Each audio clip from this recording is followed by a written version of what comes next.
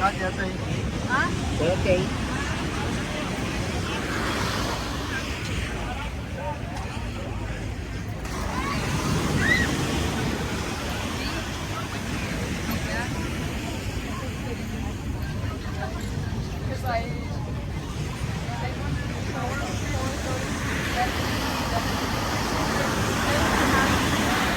To cook.